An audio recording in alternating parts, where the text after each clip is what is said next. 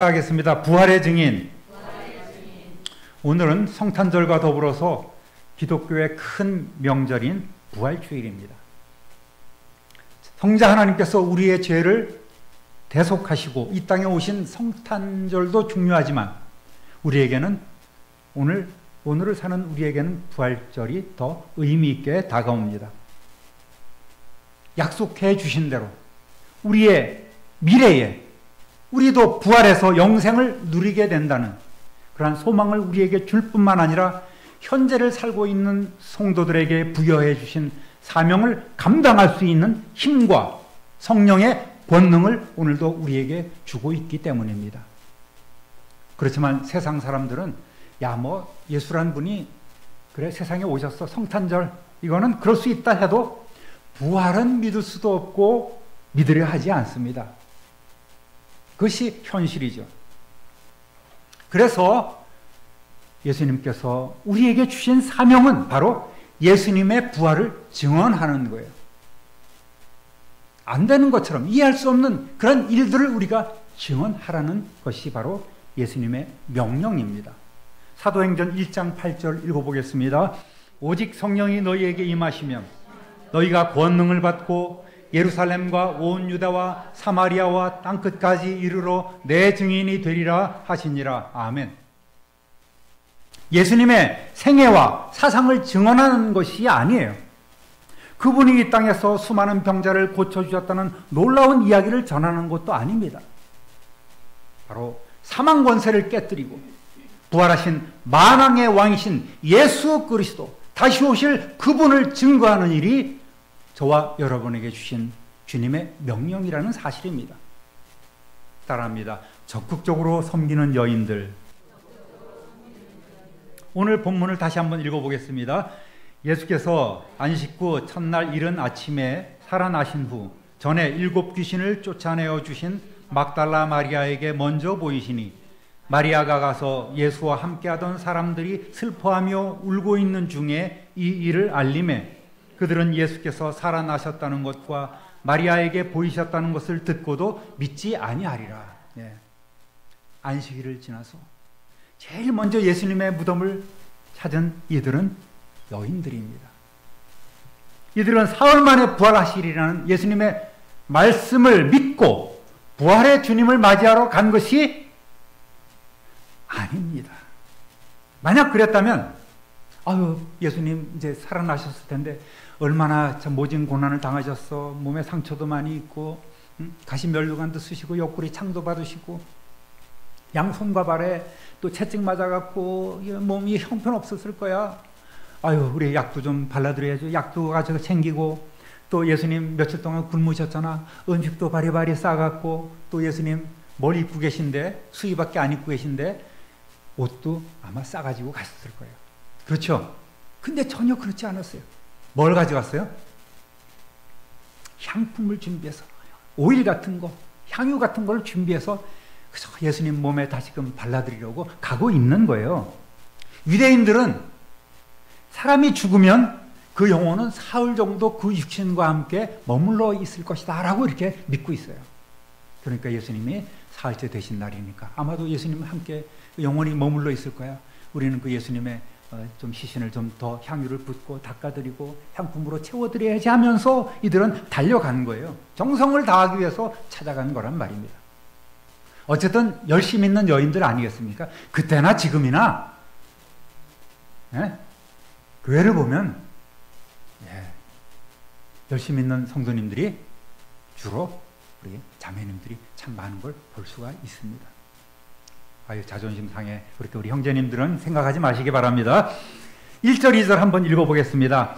안식일이 지남에 막달라 마리아와 야고보의 어머니 마리아와 또 살로메가 가서 예수께 바르기 위하여 향품을 사다 두었다가 안식 후 첫날 매우 일찍이 해 돋을 때에 그 무덤으로 가며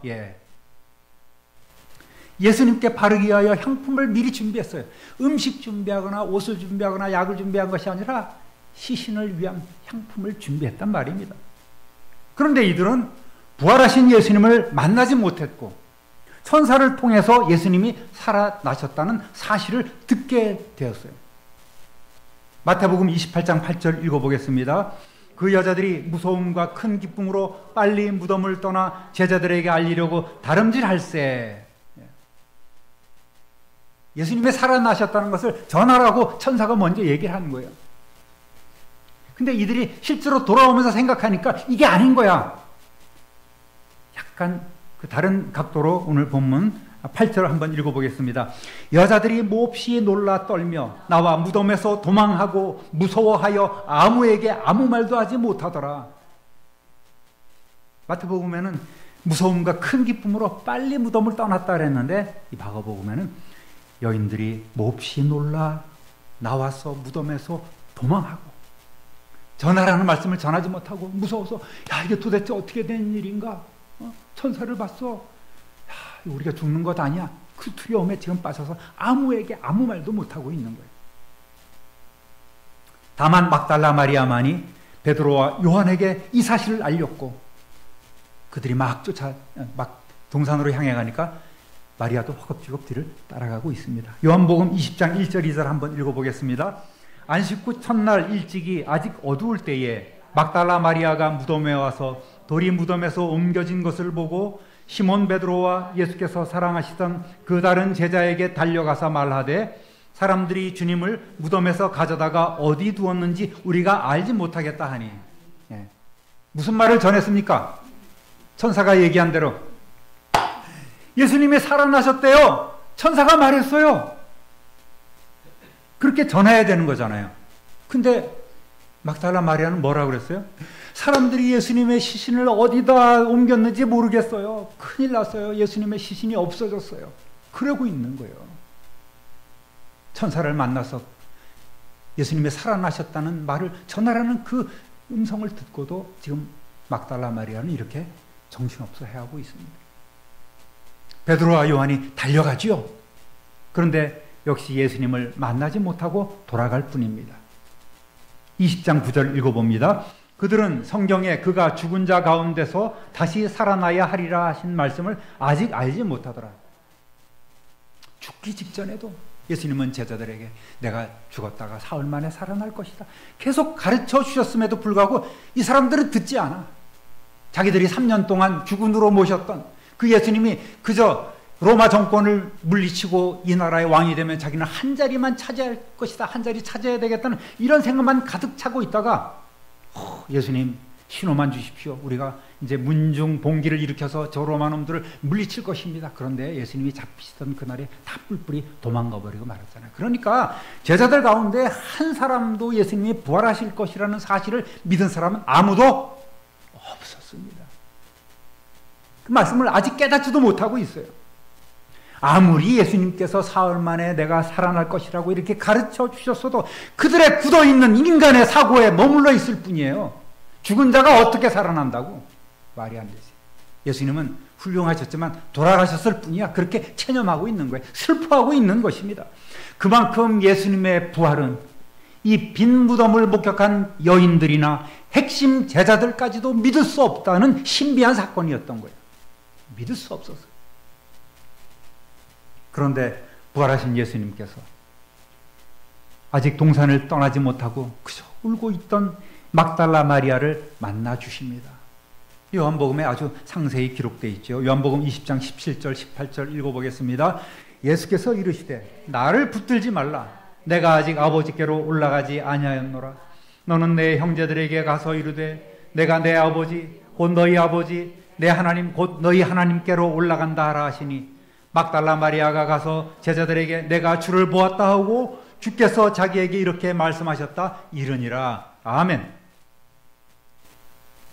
예수님을 만난 이후에야 막달라 마리아는 정신이 확 들은 거예요. 부활하신 예수님은 막달라 마리아에게 최초의 명령을 내리셨습니다. 가서 이르되 가서 전하라고 말씀하셨습니다. 따라합니다. 부활의 첫 증인인 막달라 마리아. 부활하신 예수님은 왜 핵심 제자들이 아닌 막달라 마리아에게 친히 나타나셨고 그에게 예수님의 부활을 알리도록 하셨을까요? 왜 그러셨을까요? 한번 합리적으로 생각해 보세요. 그거는 바로 여자들이 말이 마르기 때문이다라는 견해는 대단히 잘못된 견해예요. 그렇잖아요. 아무리 그렇다 손치더라도, 아무리 인터넷이 발달했던 당시에 그렇지 않았어요. 막달라 마리아는 어떠한 여인이었습니까? 7 귀신 들렸던 여인이었습니다. 누가복음 8장 2절 3절 읽어보겠습니다. 또한 악귀를 쫓아내심과 병 고침을 받은 어떤 여자들, 곧 7 귀신이 나간 자 막달라인이라 하는 마리아와 헤롯의 청지기 구사의 아내 요한나와 수산나와 다른 여러 여자가 함께하여 자기들의 소유로 그들을 섬기더라. 아멘. 예수님의 사역 초기부터, 물론 12제자는 남성들로 구성이 되어 있지만 오히려 그들보다 더 가까이서 예수님을 지극히 섬기며 받들며 자기의 모든 것들을 다 들여서 재산을 다해서 섬겼던 그 여제자 무리가 있었던 거예요. 그 제자들만 갖고 어떻게 사역을 감당할 수 있었겠습니까? 예수님 옆에서 뒤에서 끊임없이 예수님에게 물질로 공배하면서 돕는 이들이 있었다는 말입니다. 그분들이 바로 이 여인들이었습니다. 특별히 이 막달라 마리아는 7 귀신 들렸던 여인 아니겠습니까? 주위로부터 배척을 당해 어이 무서워 외면당한 그런 삶이었습니다. 그렇지만 병고침을 받은 이후, 예수님을 만난 이후 그녀는 여제자로서 누구보다도 헌신적으로 예수님을 섬겼습니다. 그래서 뭐 소설 같은 데는 예수님의 부인이다 뭐 이렇게까지 얘기를 하고 있지 않습니까? 그만큼 예수님을 가장 가까이에서 섬겼던 여인이었다는 말입니다. 누구보다도 큰 은혜를 입은 만큼 누구보다 적극적으로 예수님을 사랑했고 예수님을 따른 여인이었습니다. 그런 만큼 예수님은 고난의 순간 혼장담하다가 뿔뿔이 도망쳤던 제자들을 자극하면서 그들로 하여금 깨닫게 하시려고 이 막달라 마리아를 부활의 증인으로 정하신 거예요. 그리고 그에게 부활을 알리라고 말씀하셨던 것입니다. 여러분, 우리 주님은 약한 자를 들어서 강한 자들을 부끄럽게 하지 않습니까? 여인이었지만 제자들도 믿지 못했던 그 사실을 믿게 하시고 그로 하여금 부활을 증인하게 하셨던 이 사실을 보면서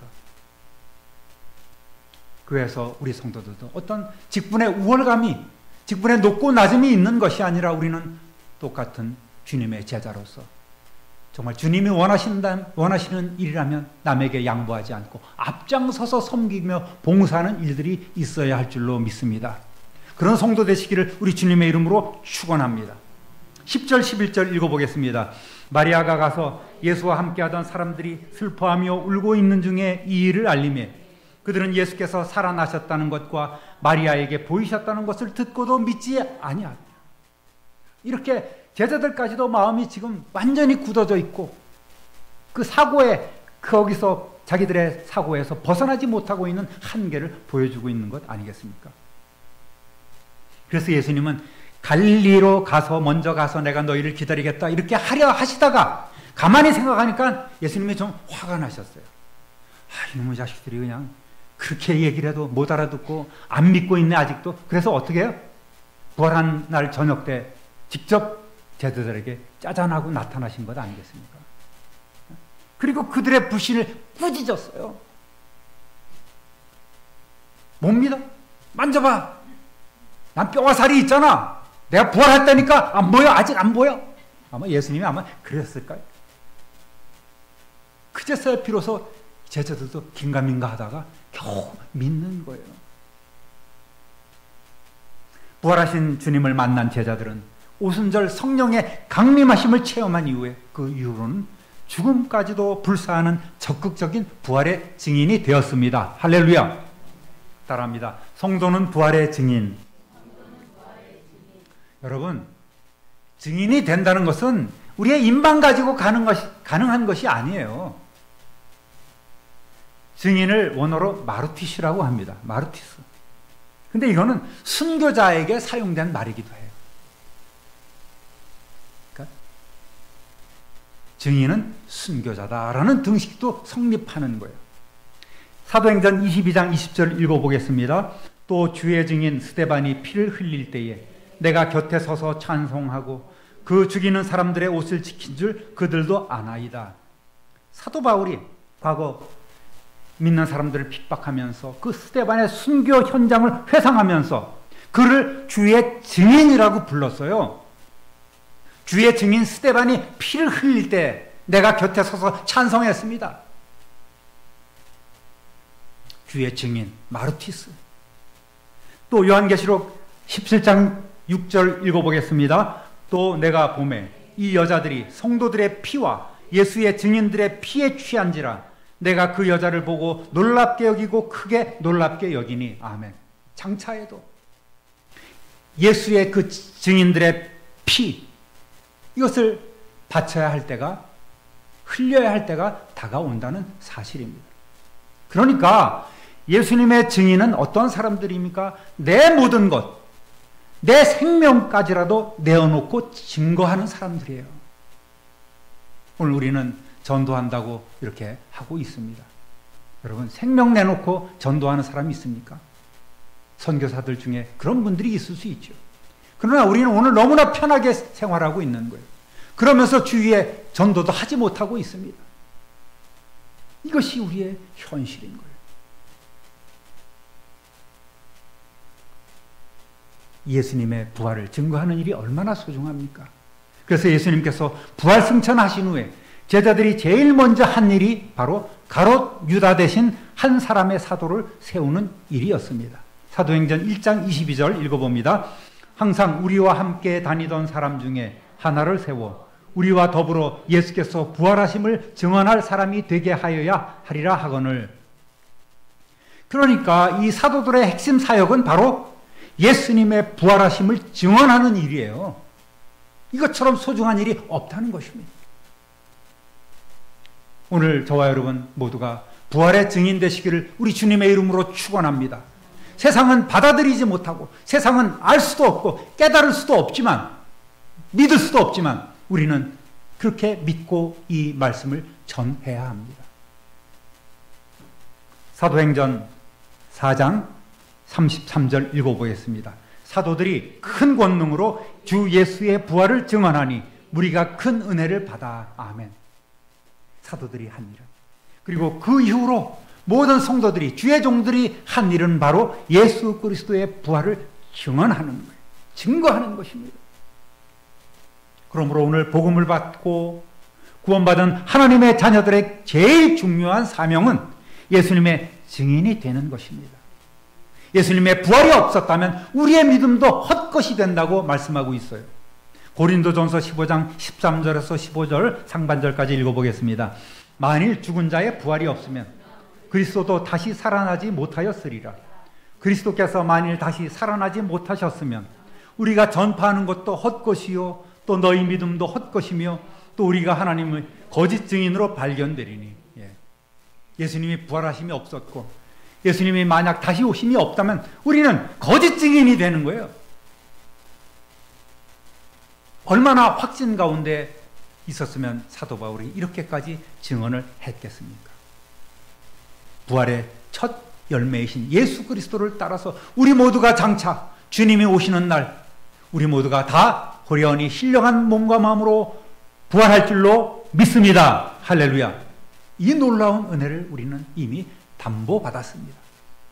사랑하는 우리 참빛누리교회 성도 여러분, 십자가의 복음이 부끄럽습니까? 전도가 부끄럽습니까? 예수 믿으세요 하는 이 말이 부끄럽습니까? 어리석은 일처럼 보입니까? 우리는 예수님을 보지 못했습니다. 그렇지만 보지 못하고 믿는 자들은 복되다고 말씀하셨습니다. 예수님의 부활을 목격하지도 못했습니다. 그렇지만 그 부활하심을 믿고 전하는 이들은 더욱더 복될 줄 믿습니다. 할렐루야! 이런 복음 전도자의 사명을 우리가 갖고 살아야 되는 거예요. 오늘 이후로 부활 승천하시고 다시 오실 예수 그리스도를 적극적으로 내 자녀뿐만 아니라 내 가정, 내 이웃, 일과 권속들, 내가 속해 있는 모든 공동체, 또 이 땅에, 이 지역에 열심으로 전하는 사명자 되시기를 우리 구주 예수 그리스도의 이름으로 축원합니다. 축원합니다. 축원합니다. 존귀하신 하나님 아버지, 예수님 가까이서 늘 섬겼던 많은 여인들이 있었고 그 중에서 막달라 마리아는 특별한 열심으로 주님을 섬겼습니다. 그에게 베풀어 주신 그 크신 은혜와 사랑을 잊지 않고 일생 동안 그의 몸과 그의 모든 것을 드려 헌신했습니다. 예수님은 그를 만나셨고 그녀를 부활의 첫 증인으로 삼으셨습니다. 오늘 우리 모두가 막달라 마리아처럼 주님을 만나 부활의 증인으로 살아갈 수 있도록 성령 하나님 우리에게 늘 기름 부어 주옵소서. 부끄러움 없는 전도자의 삶을 살아가게 하여 주옵소서.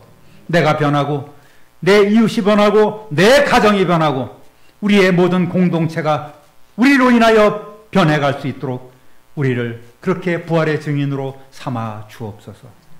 우리 구주 예수 그리스도의 이름으로 축복하며 기도드립니다. 아멘.